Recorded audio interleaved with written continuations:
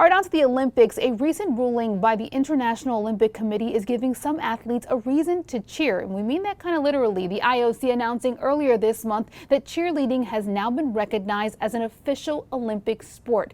So for more on this, we are joined with Jeff Webb, president of the International Cheer Union and founder of Varsity Spirit.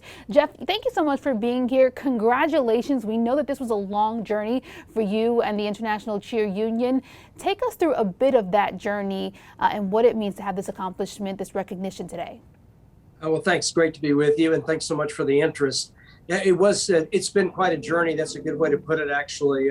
We started over 10 years ago with a kind of a casual meeting of kind of cheerleading enthusiasts from a number of different countries. We met in Orlando, Florida, and we talked about the possibility of creating an international federation and maybe a path to the Olympics, although that was kind of a far-up dream, if you will.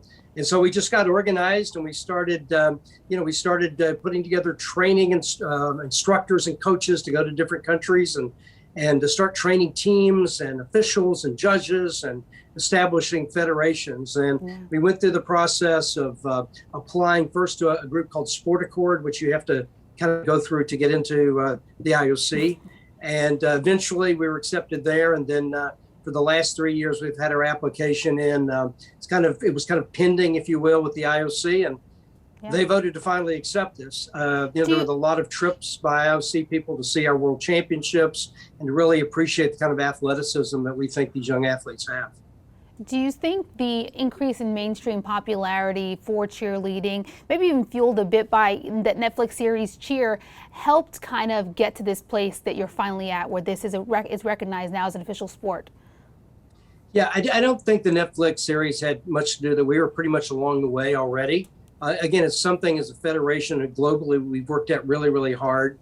And we've made it a point to have different officials come in and see our championships. We've been to all kinds of meetings. We've participated on committees. At the end of the day, though, you have to have the kind of sport that the IOC and the international sports community is interested in. And cheerleading, it's a young sport. It's very telegenic. It's entertaining. And, we think it's kind of in line with where the IOC is going. Speaking of it being a young sport, we obviously know it's a big deal here in the U.S., but fill us in on how cheerleading is really around the country, or around the world, and what the U.S.'s biggest competitor would be, when it does become a sport that we actually see in an Olympic Games. Sure. Well, yes, it's for the last 20 years that we've had an explosion in growth around the world. Again, the ICU, our International Cheer Union, our federation, actually has 115 different national federation members, so that many countries are represented. And early on, when we had our world championships, the U.S. dominated kind of in every category.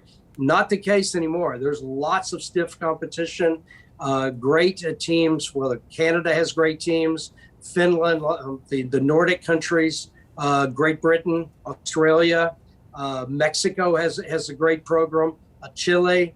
It's become quite a global sport, and the competition is very intense. It's not automatic when the U.S. takes the mat in this day and age. I wonder, how does this official recognition as cheerleading as an official Olympic sport help with funding, in the sport, also help with exposure for the sport around the world?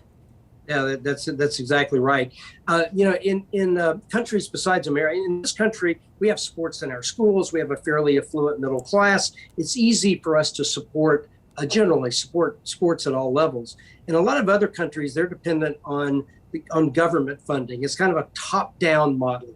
And in order to get funding for facilities and coaches and equipment, in many countries, the sport itself has to be recognized by the International Olympic Committee. So for many, many countries around the world, this was a huge event being recognized. And all it's going to do is make our sport grow even faster, really all over the world. Lastly here, I wonder, in what other ways does this IOC's ruling, again, making cheerleading an official Olympic sports, help other athletes? Do we see more college scholarships related to this? Well, it's a great question. At the college level, it's not just the sport aspect. There's also still the leadership at the games and pep rallies and things like that. But I think what it really does is provide a level of respect that many cheerleaders at all levels, at school, at college, in private club teams have been looking for, that they want the respect, that they're good athletes, that they work hard, and they've got something that people like to see. So I think it's going to be just kind of a great underpinning for the sport in general at all levels in this country, as well as, again, around the world. You know what? I actually forgot the one really big question. When do we actually see this in an Olympic Games? We got the ruling, obviously, that is an official Olympic sports. But when, what games? Paris? Well, first of all, it won't be Tokyo. It won't be this week. Paris, technically the sports, it's full. Doesn't mean we can't still try, and we will. LA, as I've said, has a nice ring to it. 2028, you're talking about a sport that originated in the United States. It's got this great Americana feel to it. Yeah. And so, we hope that to be considered at that time for sure. All right, Paris or LA, we'll be looking out for it either way. Thank you so much, Jeff Webb, president of the International Cheer Union and founder of Varsity Spirit.